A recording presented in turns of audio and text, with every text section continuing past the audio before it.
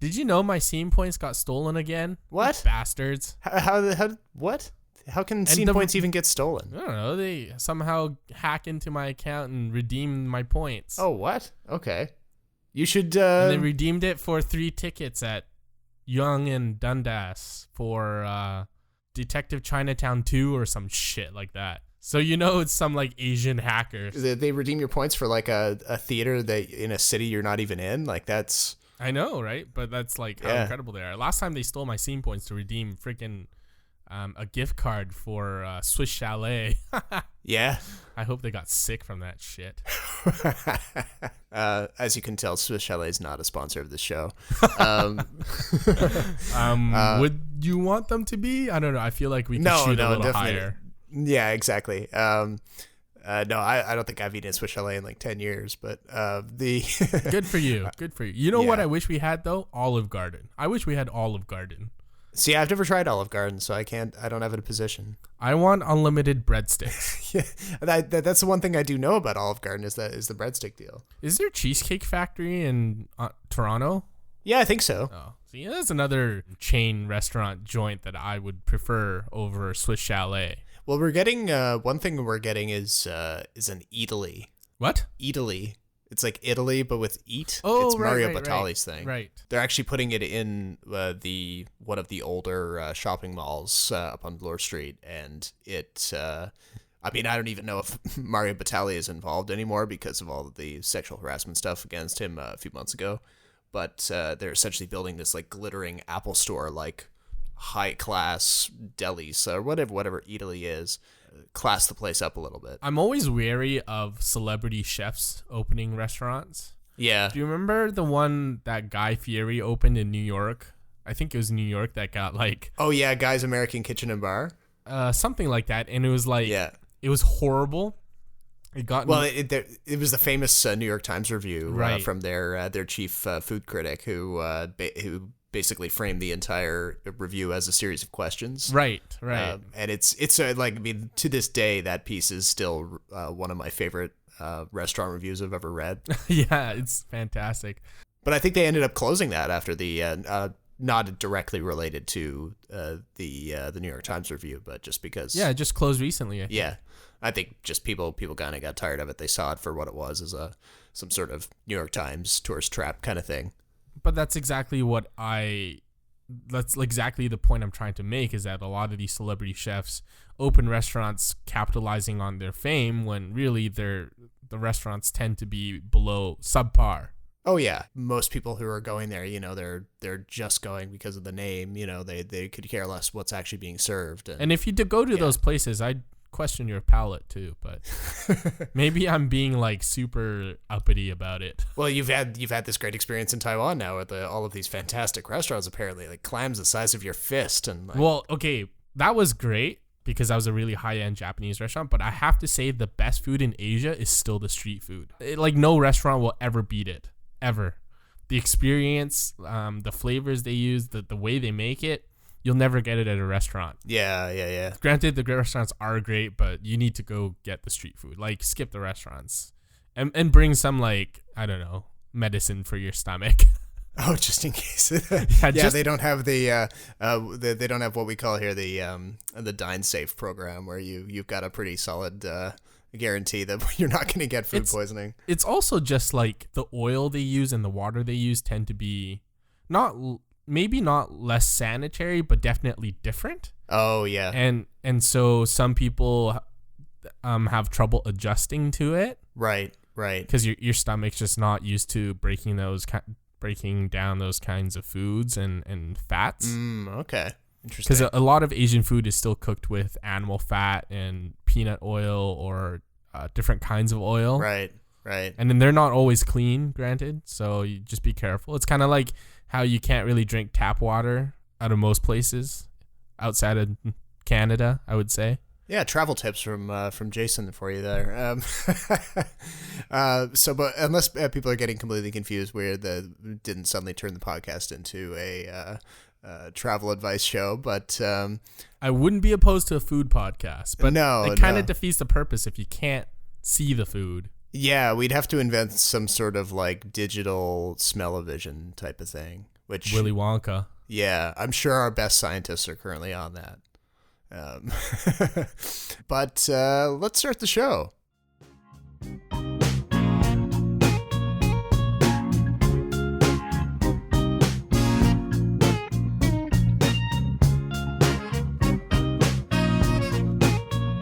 Welcome back to the Extra Buttery Podcast. After a 2 to 3 week break, we are back, but this week on the show, we're going to be casting our attention away from the glitz and glamour a little bit and over to Black Panther, which has been making a splash both at the box office and with critics. We're also going to talk a little bit about the new Netflix movie Mute that I just watched last night.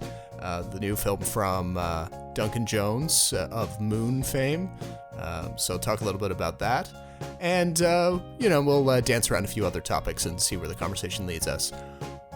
But coming to you from Toronto, my name is Robert Snow, and joining me from Vancouver is my co-host Jason Chen. How's it going? Tired.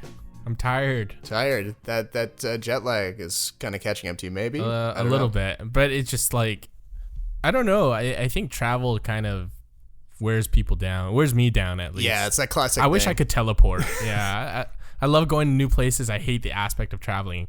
And I came back on a Friday night. Oh, yeah. And it was super snowy, and Vancouver's like not equipped to deal with snow of any kind. Right. And so I was stuck on the tarmac for like 40 minutes for them trying to like de-ice something. Oh, I hate that. And so, yeah, and a bunch of flights got delayed as well. So like all of a sudden you had like 7 huge international flights arriving all at once. Oh, no. So customs was insane. The lineup to get a taxi was insane.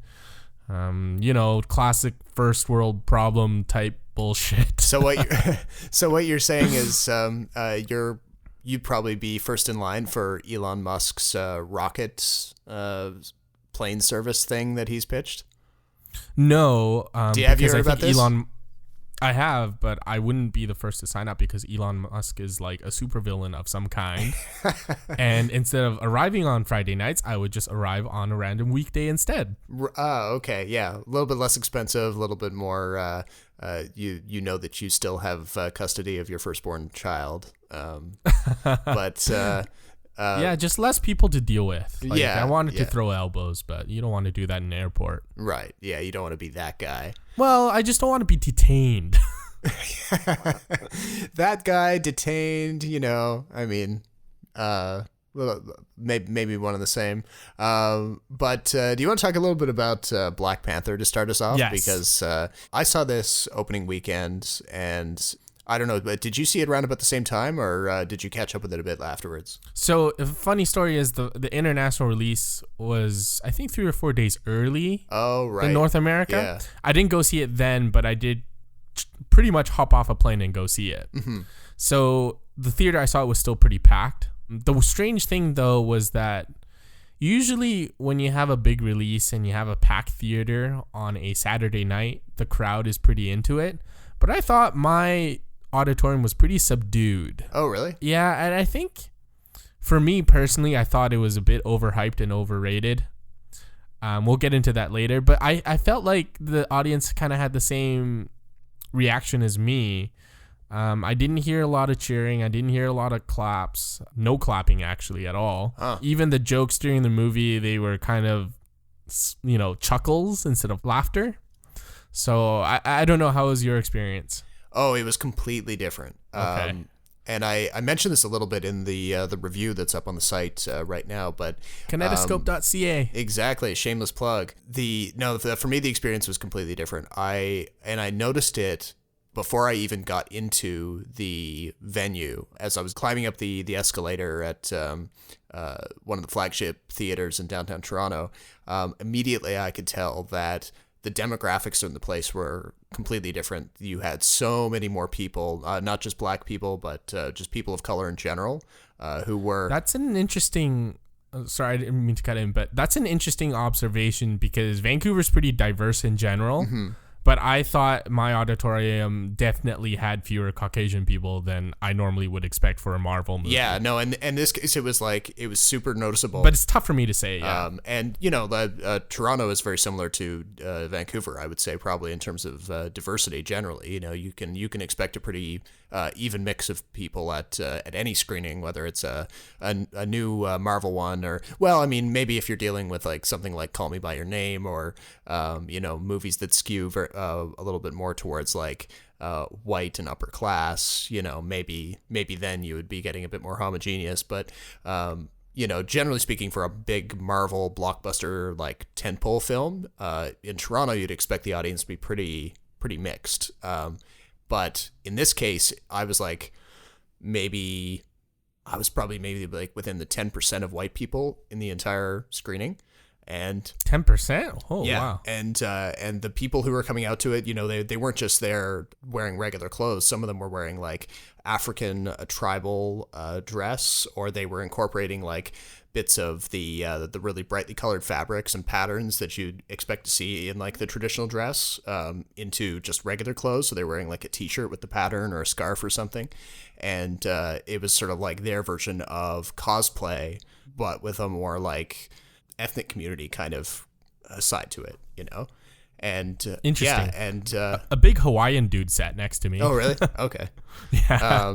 No, but that was just like going into the screening. I mean, when the movie started up, people were super into it. They were really loud. There was a moment where some character yells out "Wakanda forever," and then a random guy in the theater screamed it even louder than it was said in the movie. So he screamed out "Wakanda forever," and then everybody started laughing at him in the theater.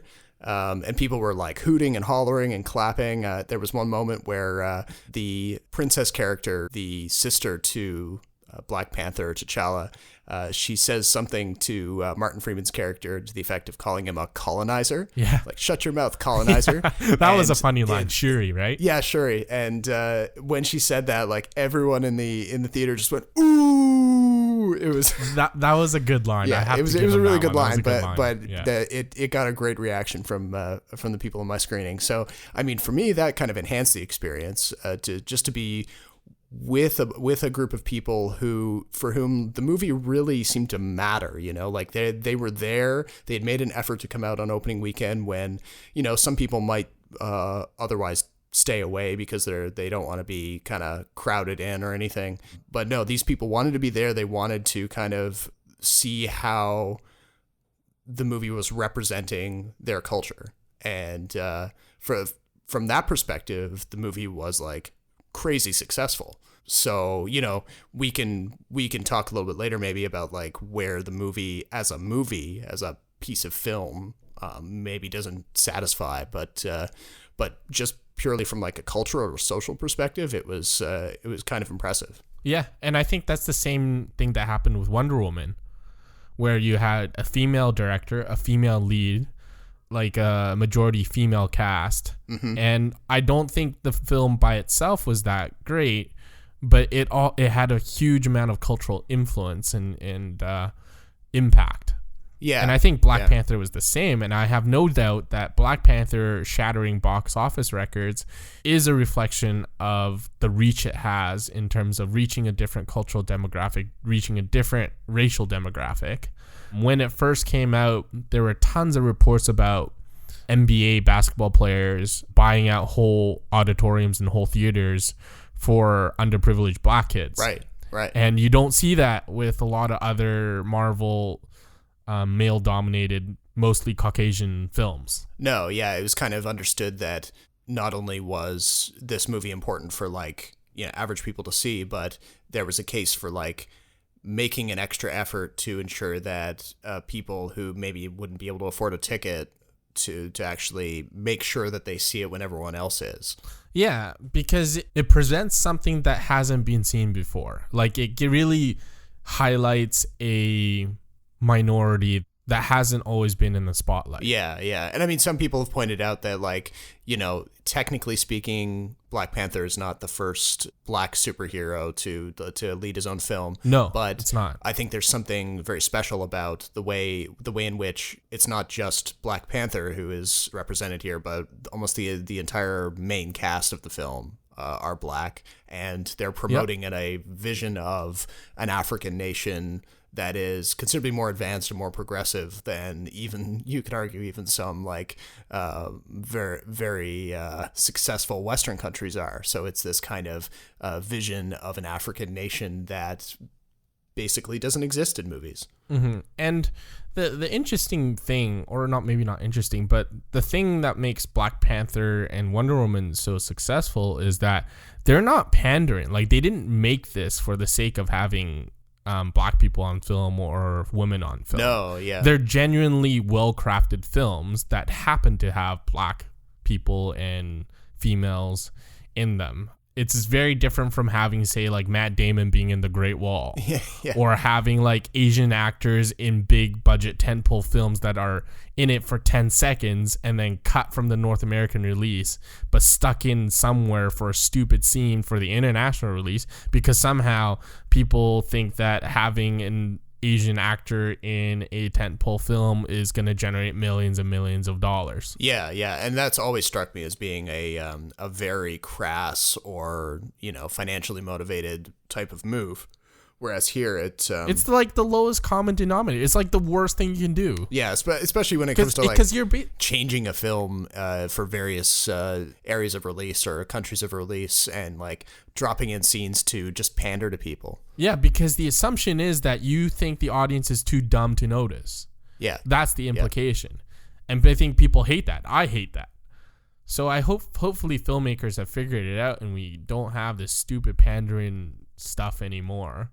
I'm sure it's still going to happen, but yeah, I hope we really move away from it. And the other thing, just sort of on a related note about Black Panther, is that not only is it kind of succeeding in this way through the casting and you know, the general scenario, but the story itself deals very like organically with how a nation of black people should conduct itself, especially in light of the fact that they're so wealthy and so technologically adept.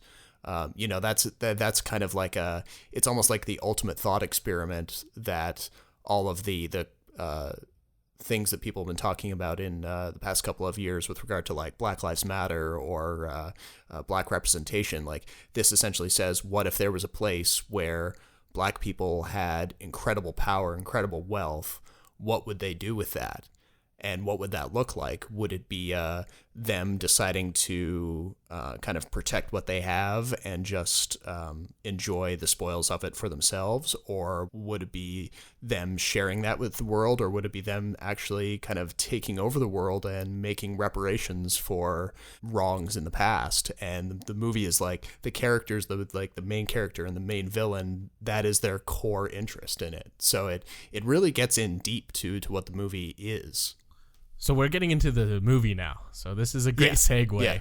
In terms of that aspect of the story, I didn't find it that original. Like, isolationism has always been a part of world history, whether it's Japan or whatever it is, the Iron Curtain, whatever.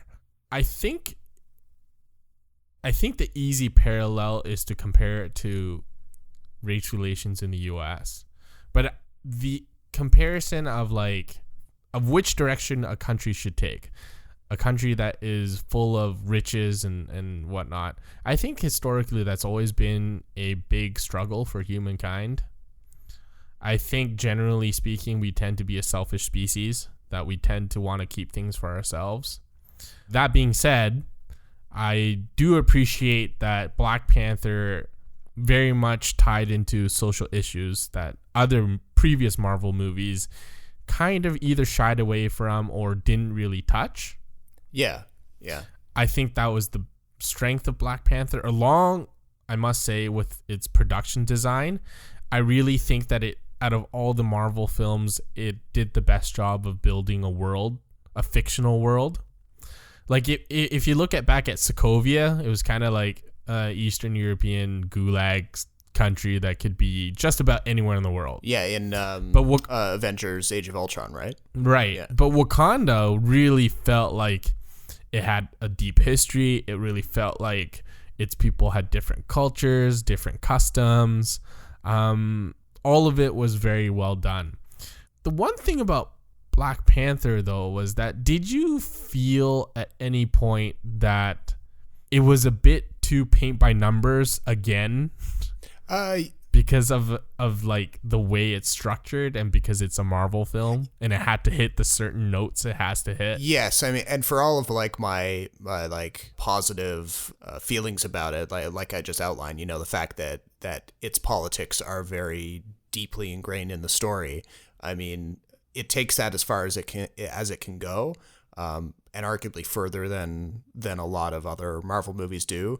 But yeah, the formula is still very much present, and you have a very clearly, like, easy to guess beginning, middle, and end. You know, there's never really a huge amount of tension about what's going to happen to the main characters. Yeah, I know. Like, come on. Did you really think the main character was going to die anyway? Yeah, or like even something as like plot specific as like, oh, he's king, but then he's going to have the kingship taken away, but then he'll find a way to get it back. Mm-hmm. You know, I mean, it's the very basic steps of where the story goes. Mm-hmm. The movie telegraphs it pretty easily.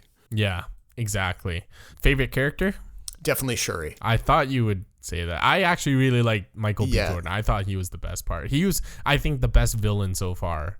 Up there with Michael Keaton, but I think I understood his motivations a bit more. He felt like a lot more of a fleshed out character. Mm-hmm. Yeah, and I mean, for me, I just I tend to gravitate towards the characters who are kind of observing the main action and have the ability to kind of comment about what's going on and be the kind of wry or bantering, almost the peanut gallery for the movie, and acknowledging the movie's faults or the areas in which it's kind of following the formula. So she's Shuri kind of calls out the movie almost in a meta way at a couple of points. She is very meta. Yeah, that's a good point. She's very meta. Yeah. So I just tend to gravitate towards the character. But yeah, you're totally right. I mean, Killmonger is definitely he's up there for me too as like one of the best Marvel villains. Definitely.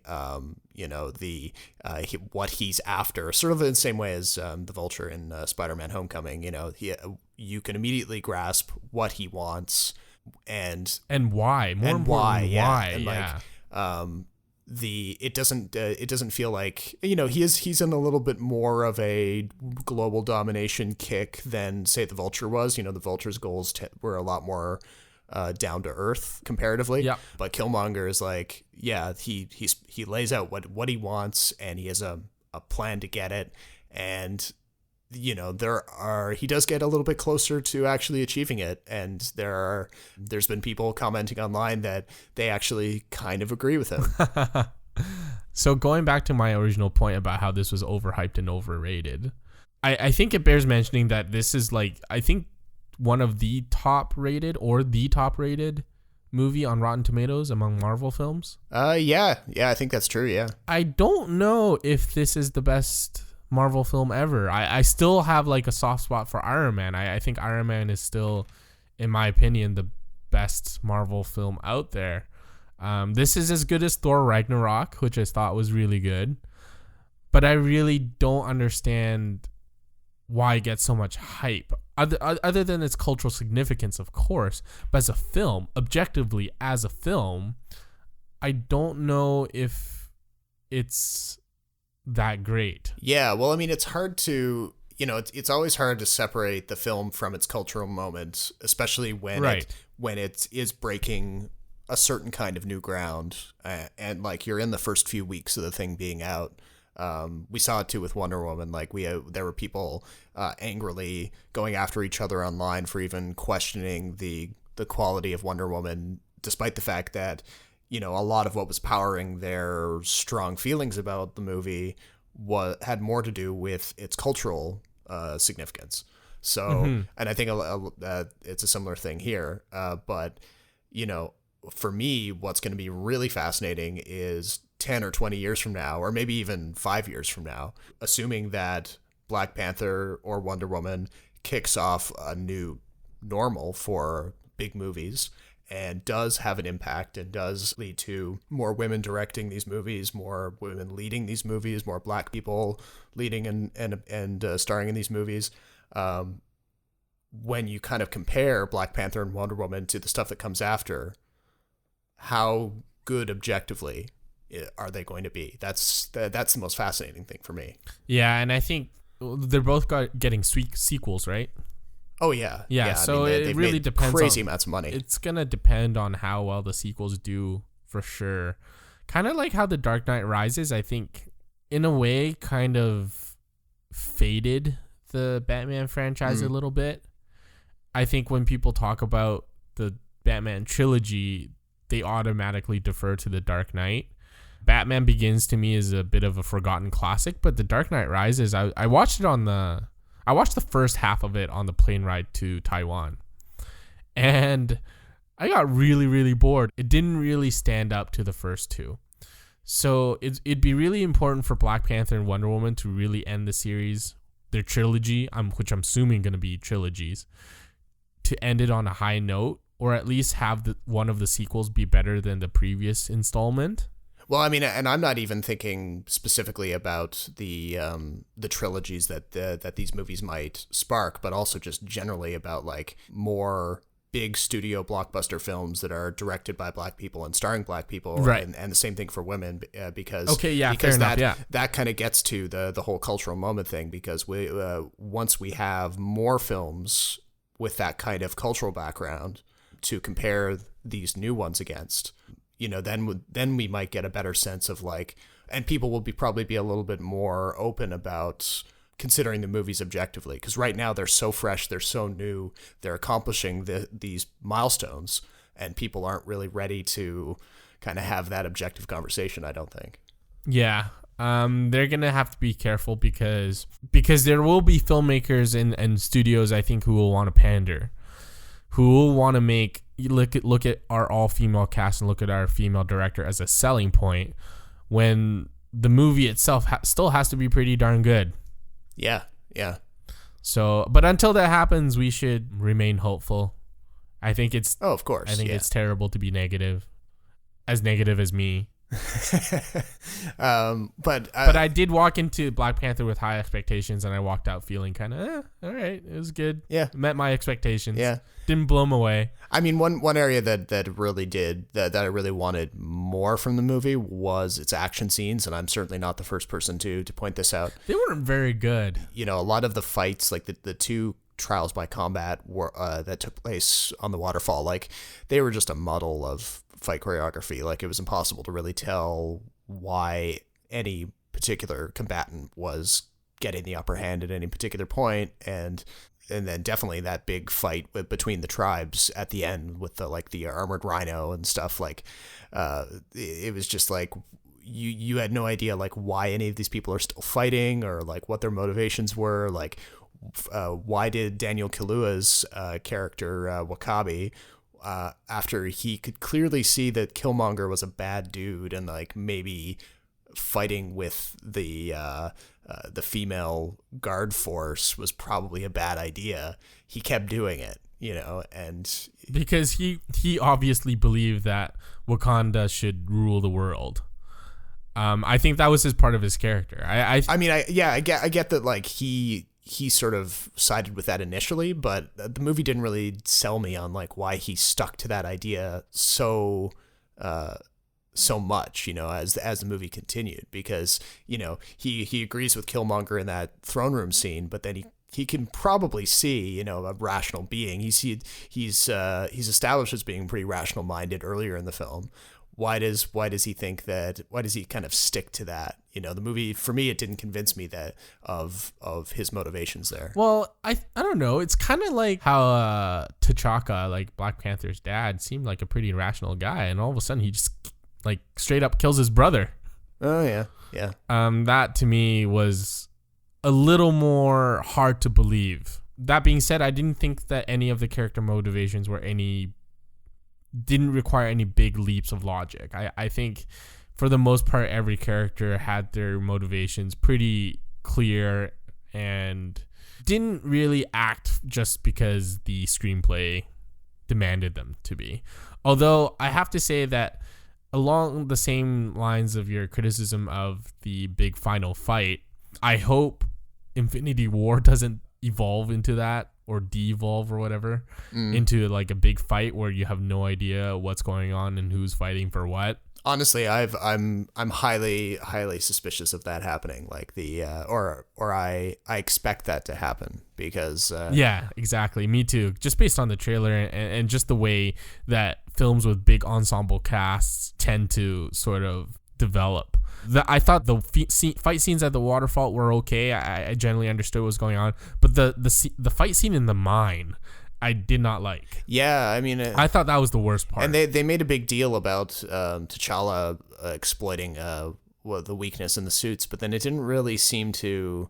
Yeah, I didn't really fully understand that concept about like depowering the suit and when exactly they were vulnerable. Yeah, I mean, you could wrap your brain around it intellectually, but the way it was put into practice didn't make a lot of sense. Which is surprising because the fight scenes in Creed, which is also directed by Ryan Coogler, were like super straightforward, super like clear cut, super intelligible. Yeah, but I think it's worth pointing out though that and I mentioned this in the review as well, the one kind of complicating factor with any kind of Marvel movie, you can have a director like Coogler come in who has a great background in action filmmaking, but in the case of a huge Marvel film, a lot of the action cinematography is planned out without any real input from the director through pre-visualizations done with like 3D models, and it's often shot by like second unit people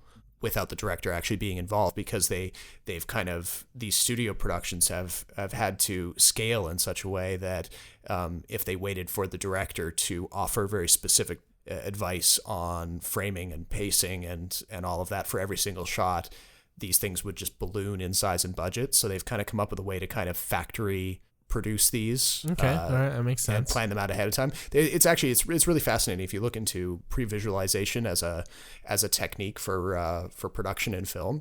It kind of explains how we get some of these really cookie cutter action scenes in the really big studio. Yeah, templates. and I guess these films are also on a deadline. Yeah, exactly. you really can't spend too much time making these films anymore because I think there's a demand for it and a rush to get these out in theaters. Otherwise, your interest kind of dies down. Yeah, because it's like it's tempting to compare them to all other action movies, but you think of something like one of Jackie Chan's Chinese language action films where he's directing and he is personally supervising every single shot that's captured and he's working through like 100 takes to get the choreography down. These big Marvel movies can't work like that because you've got, instead of having a crew of 20, you've got a crew of like 200. And if you don't have parts of it being spun off to other departments to kind of run independently, it'll never get done. Mm-hmm. Yeah. Jackie Chan was like famous for like really pumping out movies really, really often and quickly. Yeah. It seemed like when I was growing up, he had a big movie out like every 6 months or something like that. Yeah. But the action in those movies, is usually regarded as being like pretty top notch because he's they're incredible because it's all real. Yeah, and he's trying to figure out how to do it for real, without like not killing people, although he's come close on a couple of occasions. Just killed himself on almost a couple occasions. But also like getting it perfect. Yeah, it's a different way of working, unfortunately, and some of the Marvel stuff kind of suffers as a result. Yeah, so it'll be interesting to see how far Marvel can take it because I almost feel like this is like their peak, like it would be very difficult for them to make the films any better without straying from a specific formula. But also I'm wondering if like maybe I'm just not the right demographic for Marvel films. Maybe those films aren't really for me.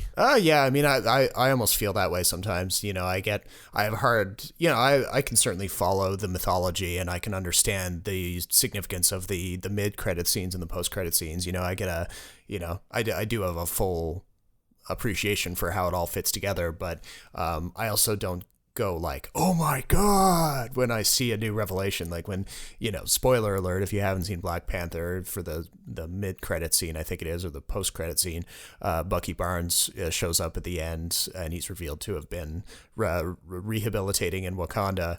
And that was kind of revealed in the trailer for Infinity War, though. Yeah. So I mean, it wasn't a huge reveal, but in the subtitles from this scene, the children who kind of wake him up in the hut refer to him as White Wolf.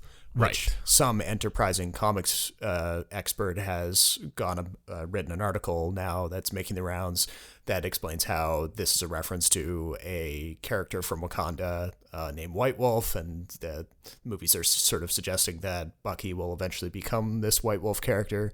And like, there are some people who watch those scenes who just get completely mind blown about that, and they get so psyched up about it. But I have a hard time, fully getting into it in the way that those people do. Yeah, I'm in the same boat. The only time that I've like actually been like, oh, that's great, was when in Spider-Man Homecoming, Zendaya's character is revealed to be MJ. I thought that was a really funny way to reveal it, because there was a twist involved. Right. There was, and that was definitely a more subtle thing that had less to do with like knowing the comics inside and out, and more just, paying attention to what that character was doing over the course of the movie. Yeah. Anything else on Black Panther? No, I mean, like, it's, kudos to Ryan Coogler for surviving the studio system and,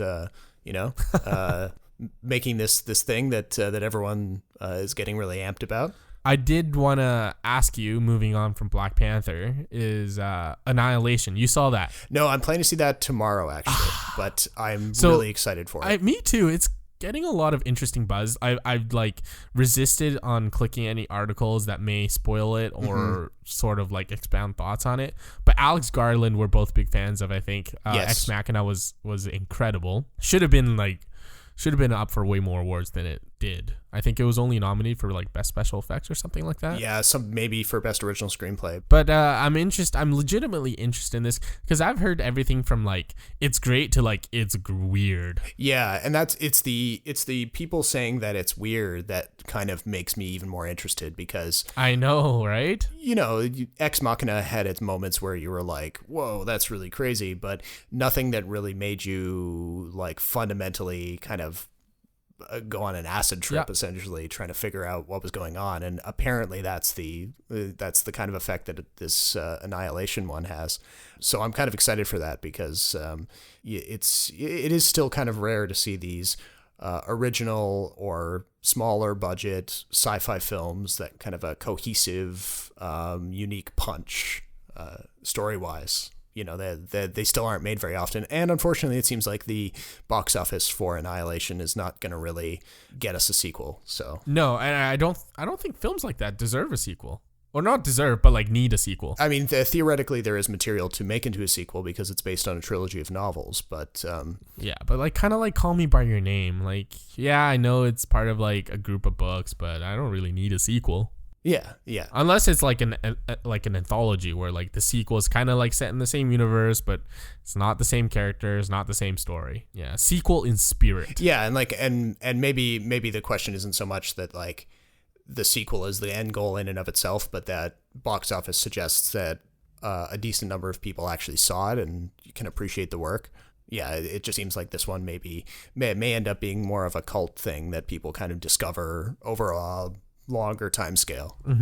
Right. But actually, in a related note, I saw Mute, which was from Duncan Jones of Moon fame, which I mentioned in the intro, and Warcraft, yeah. But I mean, he really endeared Warcraft Infinite. He really endeared himself to me with Moon, which I would say at the time in 2009, it was awesome. Go watch it. Definitely, if people out there haven't seen it, definitely. I think it's pretty easy to find. It's been on streaming services pretty consistently for the past number of years, or just get it on Blu-ray or DVD.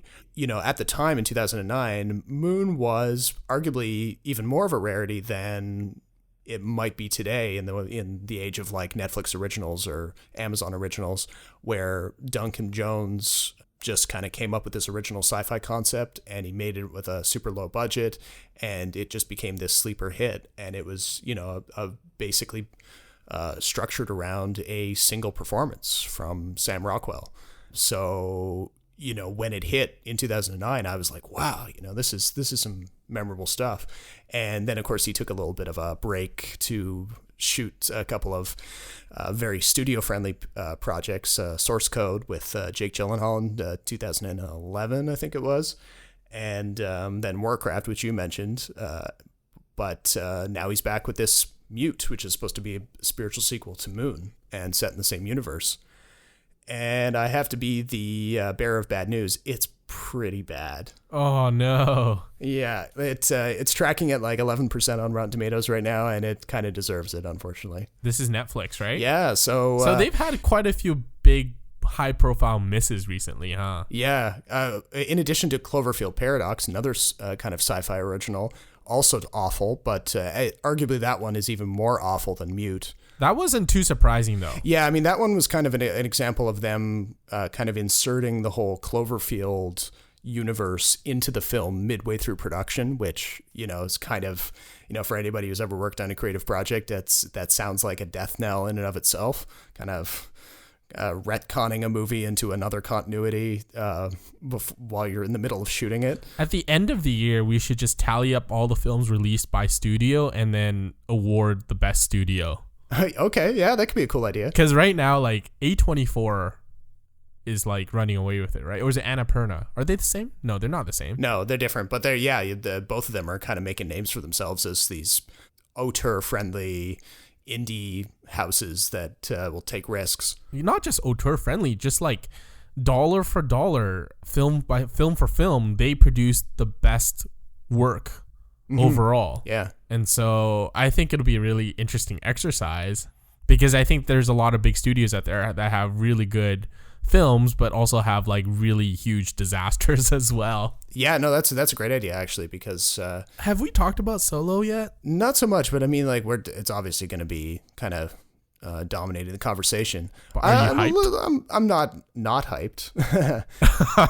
You're gonna go see it, but you're not gonna expect anything great. Yeah, at least until I'm not to say I'm going in with low expectations either, because the whole Star Wars thing kind of confers a certain level of quality, but we're not talking about Cloverfield Paradox levels of bad here, but it's just a question of like, where are we in that ranking that we kind of established back in our big Star Wars Last Jedi episode. But before we go too far from Mute, though, I will just explain that like you go into this movie, you're kind of excited to see what happened to Sam Bell at the end of Moon, and you're not quite sure, like, is this a direct sequel? Is it a just kind of exists in the same world, but there's no direct connection? But the movie makes so many like bad turns right out of the gate that you almost forget about Moon. One of the main ones being the Mute of the title refers to this character, the main character played by Alexander Skarsgård. He plays this Amish guy who's like moved to Berlin in a like a super futuristic version of Berlin 40 years in the future, and necessarily, being an Amish guy living in this environment, he can't really, he won't use cell phones. He tries to avoid like TV screens or any kind of current tech. And he's working at this fancy underworld bar, and his girlfriend goes missing. His girlfriend also works at the bar with him. And the movie is supposed to kind of be this noir kind of strong, silent type dude looks for his girlfriend in a grimy underbelly of a big city type of movie, but it just gets so distracted with like characters played by Paul Rudd and Justin Theroux that it introduces. The movie is basically half about them for long stretches of time. The character played by Alexander Skarsgård is like, it's hard not to compare him to the Mute character played by Sally Hawkins in The Shape of Water, because in that one, she was using sign language all the time to be really expressive, and you always know what's going on with her. You can kind of sympathize with her. Skarsgård barely communicates at all. Like when he communicates, it's basically just little written notes, which he does very rarely. And you just can't get inside the character's head. You don't know what matters to him, like what he feels about anything. He's just kind of skulking around in these sets that look like Duncan Jones came onto the set of Blade Runner 2049 and kind of screwed them up a bit and then put his actors there. It's a really kind of drab, boring experience and kind of a disappointment, unfortunately. That's too bad. Actually, speaking of Alexander Skarsgård, I saw Legend of Tarzan on the plane. Did you ever see that? No, but I remember you mentioning that you were...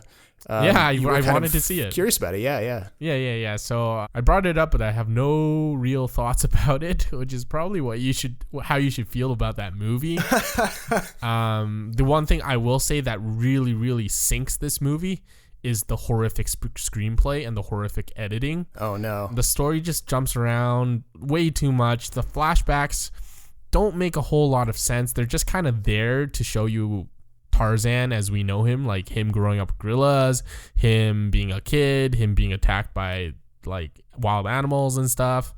I'm glad in the real heart of the movie they skip past that stuff and they go forward in the future where he goes back to Africa. It was a very, very benign movie. It was okay. It was nothing like controversial or nothing particularly interesting about it, which was a little surprising to me because David Yates is the director and he's the guy that did the final 4 or 5 Harry Potter films. Right. And I thought he did an okay job with them, and I was really interested to see what he would do with the character, and he didn't end up doing anything interesting. So Christoph Waltz is good, but he plays his usual like villain thing. There's a scene of him eating a meal with Margot Robbie that I think kind of like was a callback to the scene in Inglourious Basterds, was eating cake and drinking milk. Right. But it wasn't nearly as well done. Alexander Skarsgård is like white bread. Like he's just not very interesting. He's not very convincing as Tarzan. He looks like it, but he doesn't. There's nothing about his performance that makes me feel like that he was the man of a jungle. Not to cut you off, but what you're saying is what this film sorely needs is the Phil Collins soundtrack from the Disney movie. It would have made it a lot better. Have you seen that movie lately? It still holds up really well. I mean, the soundtrack just does it for me anyways. Like, I mean, I sort of have a guilty pleasure of Phil Collins kind of thing. Really? And a little bit, yeah. Oh my God. I can't explain it. I maybe it was like the only 80s pop CD that my parents owned. So it was, it was one of the few things I experienced from that decade, and it stuck with me. But no, I mean, like Disney was trying some kind of risky stuff in that period. So I'm surprised it didn't pay off more, but maybe it was too far from classic Disney and people didn't take to it. Because Hercules was incredible too. Yeah, I mean, Hercules, Mulan, Tarzan, they all came out around the same time. They had they'd hired some pretty far out types to compose the music and the songs. And, they were trying some kind of more risky stuff with animation, kind of incorporating 3D techniques into traditional 2D stuff. And and arguably like they're back in a kind of a golden age now as well, but they don't do quite as much of the 2D stuff anymore though. It's too time consuming. But yeah, it's too bad that this, you could tell that at the time the trailer came out for this Legend of Tarzan thing, you could really tell you could just feel how hard the studio was pushing for it to become a new cinematic universe, and it just didn't pay off for them. Yeah, I still think the sequences where he's like skating on the branches is really cool. That happens in the Skarsgård one? No, in Tarzan. Oh, okay. The Skarsgård one has elements of it. There are genuinely, I think, exciting action sequences. They just were like just a little bit too unbelievable. There's one part where Tarzan becomes like a kung fu master and he takes out a train of trained soldiers. Right. And he's like smashing their faces against like the walls of the train, like breaking pieces of like furniture and whatnot. And I'm just like, holy cow, dude, when did he learn kung fu? Those gorillas have some sort of like secret program for Yeah, the other thing was the CGI for the animals wasn't top notch, so that kind of like hurt your ability to believe in the story. Right. Very little of the Tarzan as we know him. A lot more of Lord Greystoke, because remember in the story that Tarzan's like the son of like this like diplomat or some sort of like some aristocrat. Oh yeah. So he's got the aristocratic lineage or whatever. Cool. Well, I mean, I'm sorry that didn't work out for you, but yeah, but I at least I saw it, so another film to tick off my list. Well, make sure you update your Letterboxd profile. I did. You don't follow. Well, I follow too many people on Letterboxd. I don't see every single thing you do, but Wow. Yeah. Even worse. Clearly, I'm not very high on your list. Thank you. I mean, obviously there's all kinds of pretty big movies opening in the next couple of weeks. You know, we've got the new Jennifer Lawrence vehicle, Red Sparrow. That looks terrible. It's every other commercial I saw in Taiwan was for Red Sparrow. Oh, they were really pushing it hard there, were they? Yes, and it looks awful. Her accent's awful. The story looks super generic. Yeah. I don't know if I can get on board. Mind you, I got on the J-Law fatigue bandwagon like 5 years ago. You did, yeah. I remember it was at the time I was like, "What, are you crazy? She's fantastic." And but I was like, "Yeah, she was fantastic for like 5 films," and that was Yeah. it. Although I am in the minority for Joy. I really, really like Joy, actually. Yeah. Well, I mean, would you say your J-Law fatigue is pushed more by like her appearing in a series of otherwise kind of disappointing films and just like overexposure, or do you legitimately think that she's like she has nothing new to offer? Exposure's always like a part of it. I just didn't like the fact that she was being cast for every single like significant female role. I didn't really like her as Mystique. I think that was like the start of it. And then she did a whole bunch of other films I didn't care for. I still to this day have not seen The Hunger Games. Like any of them or just the last few? Any of them. Oh, okay. Any of them. I mean, you're not missing a huge amount unless you were a gigantic. I heard the second one was good. I mean, yeah, they were all right. I mean, and I read I read the books too somehow. So I don't, okay. Somehow I read the book. Oh, well, just like, you know, at the time they came out, I think I was outside of the target demo for that kind of young adult fiction, but I still ended up reading them. I was probably like, I had too much commuting to do or something. Yeah, okay. so we've got Red Sparrow, we've got the Disney's Wrinkle in Time coming out. I'm cautiously optimistic about Wrinkle in Time. The early buzz that I saw today is that visually it's fantastic, but the story leaves a little bit of something to be desired. I don't know exactly what that means. That would have been my guess. Hopefully that doesn't blow up in Ava DuVernay's face, because especially after all of the progressive talk in the past couple of weeks. Oh, and actually one thing that I was catching up on while you were away was the Netflix show Altered Carbon. Oh, right. Yes. How was that? Because I remember the trailer came out, and I think we talked about this a few episodes back, and at the time I didn't have any context about the stories that this show was based on, and the idea that it was set in this like super futuristic version of the world where they've basically unlocked immortality and they've put the consciousness of a Japanese guy into the body of a white dude.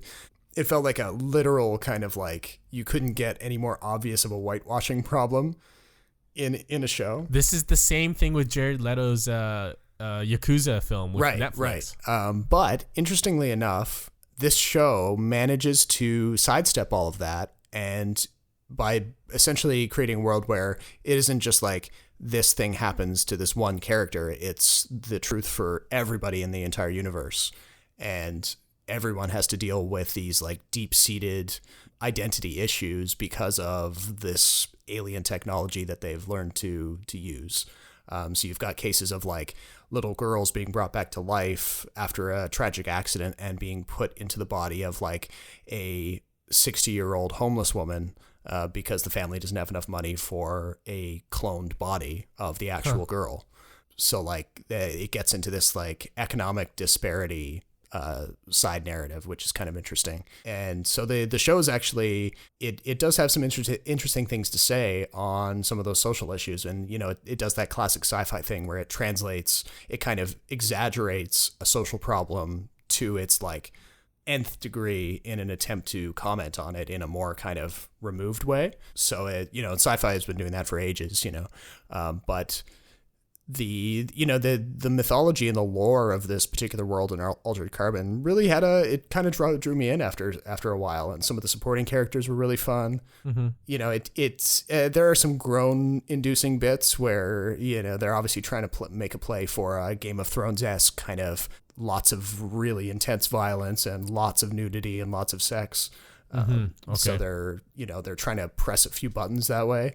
But other than some of those kind of more exploitative elements, it was kind of cool, and they set it up for some interesting stuff in a possible sequel series if they want to go that way. I don't know. I'm not sure I'm into that sort of genre. I think sci-fi. Is it too far flung for you? Like too futuristic? Not futuristic, but I have my limits with sci-fi.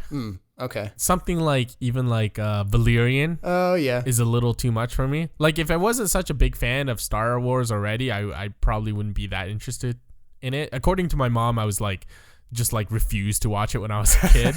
I only got into Star Trek because I think I was bored, and my buddy and I were just looking for something to do, and went to see Star Trek, the reboot version with Chris Pine.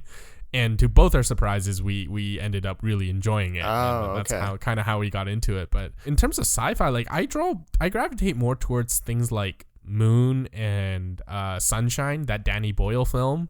Oh yeah. Yeah, something that's a little more grounded in like real life and not so much in like another universe. Yeah. Which is probably why like I was never like a huge Luc Besson fan. I just don't think he's that great of a filmmaker, to be honest. Very good world builder. I don't know about the quality of the film itself as a whole. Yeah, and I think maybe I'm a little bit more like responsive to some of these things where like the show or the TV or the movie in question is kind of treating you to these big vistas where you kind of drink in all of this imagery. Like you see all the flying cars, you see the crazy technology they have at their disposal, and I'm like, oh yeah, like this is a kind of a great little trip to take. But yeah. So you're definitely more into that stuff than me. Yeah. I do like Blade Runner, but not really for the sci-fi aspect. I mean, all that world building stuff is great, but it's because Blade Runner at its heart is a noir film. Yeah. And I mean, that's probably like if you were to start watching Altered Carbon, that would be your way into it, because there's a lot of heavy Blade Runner and Matrix allusions there. Like some people have basically called it a pastiche of those two movies, which I don't think is entirely fair, but anyway.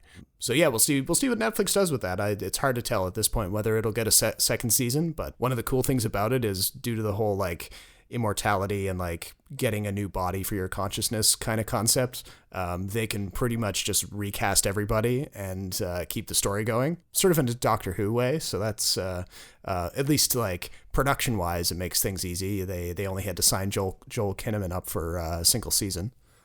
I think that about does it for this episode. Head on over to kinetoscope.ca. We've got a new review of Mute on its way, if it's not already up by the time this podcast goes live, as well as new Netflix post that Netflix recommendations post, which I'm planning for next week or so.